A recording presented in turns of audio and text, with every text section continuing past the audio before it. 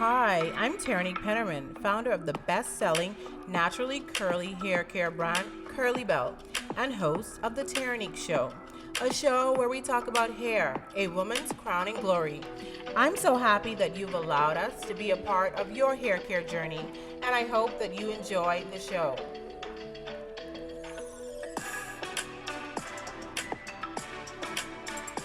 Hi, and welcome to another episode of the Terrinique Show. I am your host, Terrinique Pennerman, and I am so happy that you guys have joined us for yet another episode. On today's episode, I'm going to talk about which oils are best when you're wearing protective styles to reduce breakage, to increase scalp health, and also to promote healthy hair growth. So let's get right into it. So we know now that summer is coming. This is May, or when I'm filming this video is May. You may not be watching it in May. You may be watching it sometime, in the future. But as of right now, summer is on the way. And with summer coming, we know that summertime is braid season. It's when we like to wear our box braids, cornrows, knotless braids. And it's like the protective style basically season, because everyone is trying to go on vacation. They're trying to be outdoors, go to the beach, go to the pool, and who has time for hair? We just don't really want to do our hair during the summer.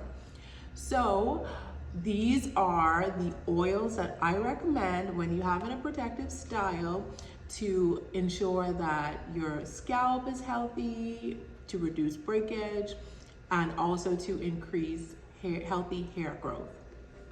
So firstly, I want to talk about box braids versus knotless braids. This is something that I've been given a lot of thought to, and I've experimented with myself. So I noticed when I used to get box braids, with box braids, they do like a little bulb between like the root to attach the braid onto the hair. So it's always like a little bulb. But with knotless braids, they braid your natural hair a bit, and then they start to feed in the braids. So my experience with box braids, I noticed that when I had box braids, and this is my second time getting knotless braids, these are knotless braids, I usually traditionally would get box braids, and I noticed that the box braids would pull out my hair. So when I take the box braids out, I would experience some kind of like hair damage or hair loss. But with the knotless braids, I'm noticing a drastic change.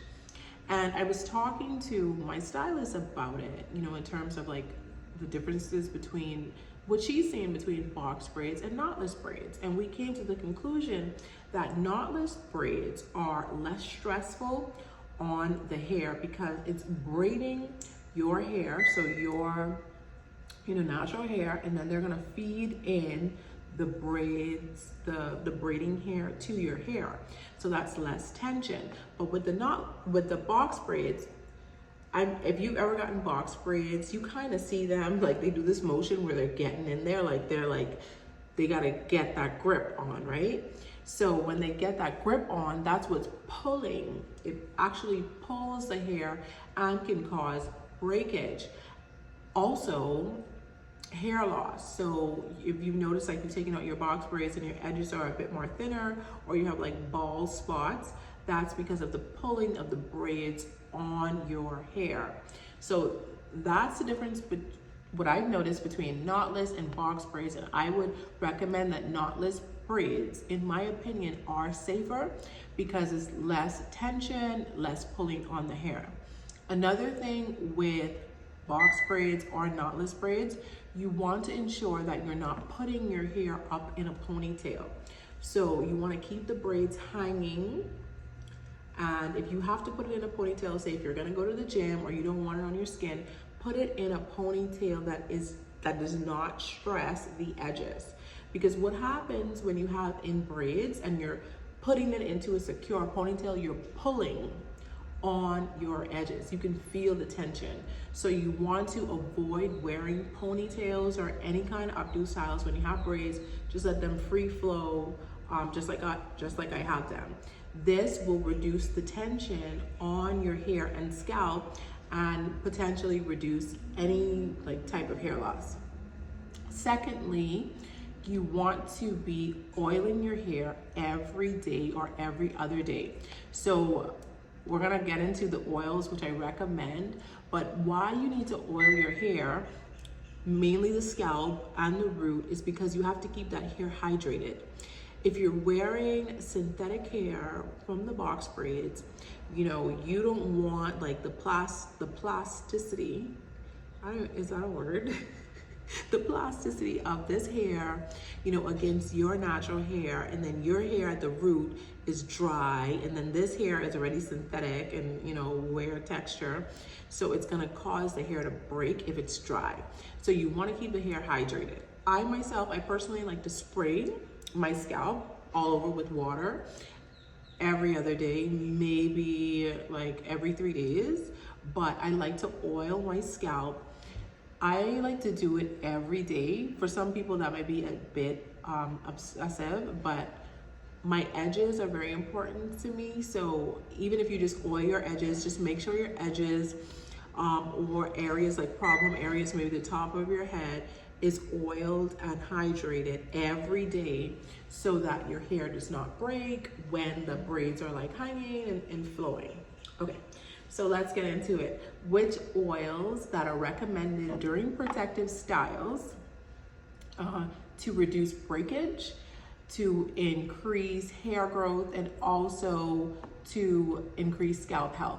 So my recommended oil is any oil blend that contains either castor oil or rosemary oil.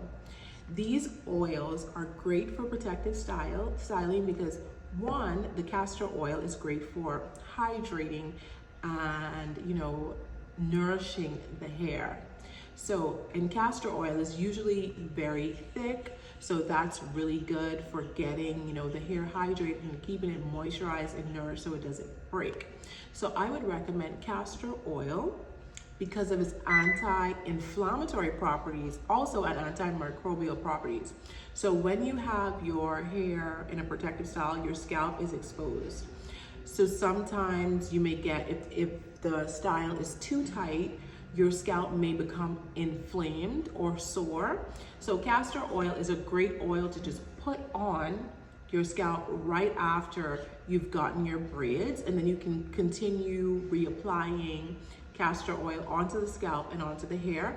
It will help the scalp to stay nourished, and it would also help the hair to stay hydrated and nourished. Secondly, I would recommend rosemary oil. Rosemary oil has gotten a lot of press lately. They're talking about like it's the miracle growth oil. But why I recommend rosemary oil is because it has antioxidant properties. So this is great for scalp health. It's also great for blood circulation because it increases blood circulation in the scalp. And we know that increased blood circulation in the scalp means increased hair growth, right? So a little bit of rosemary oil, a little bit of castor oil. You also want to look for an oil that maybe has like jojoba or almond oil or avocado oil. So a great oil blend, and we have one. It's our Curly Tropical Oils blend. This is it. This is how it looks. It's very lightweight, so your hair won't look greasy, it won't be weighed down, but it has very good oils in it. It has castor oil, jojoba oil, coconut, moringa, and avocado. So this is like the game changer for keeping your hair protected when you have a protective style. Whether it's cornrows, knotless braids, box braids, whatever it is, this is a great oil because it's lightweight and also has a nice light scent, and you can use it daily if need be. Secondly, we have our Grow Green Hair Stimulating Serum. This serum is really good because it is made from rosemary. It has rosemary in it. It also has tea tree oil and cherry blossom and Japanese green tea extract. So these are all really good ingredients for healthy hair growth, helping with scalp circulation, helping with just overall healthy hair and promoting growth. So you can use both of these like interchangeably. Say one day you use the Curly Tropical Oils blend to get that castor oil in there, get the hair hydrated, and then you can use our Grow Green Hair Stimulating Serum to get, you know, the scalp circulating, the blood flow in the scalp going, and just to help increase your chances of healthy hair growth. Then lastly, I would also recommend you can use either our Curly Tropical Oils blend or our Bahama Glow hair and scalp oil. This is a good oil because it's made from castor oil, jojoba oil, mango oil, and moringa oil. So it's very lightweight and it smells amazing. Like it smells like candy, but it's very lightweight and it comes with a nice little dropper. So it's very easy to just put, you know, little drops on the scalp, and I cannot stop talking about the smell. This thing smells so delicious. So you have 3 very good options here. You can use them interchangeably. One is a castor oil blend. The other is a blend with rosemary oil in it. And they all provide very good benefits for increasing your scalp health, reducing hair breakage, and also improving hair growth. I hope that this is helpful to you. See you soon.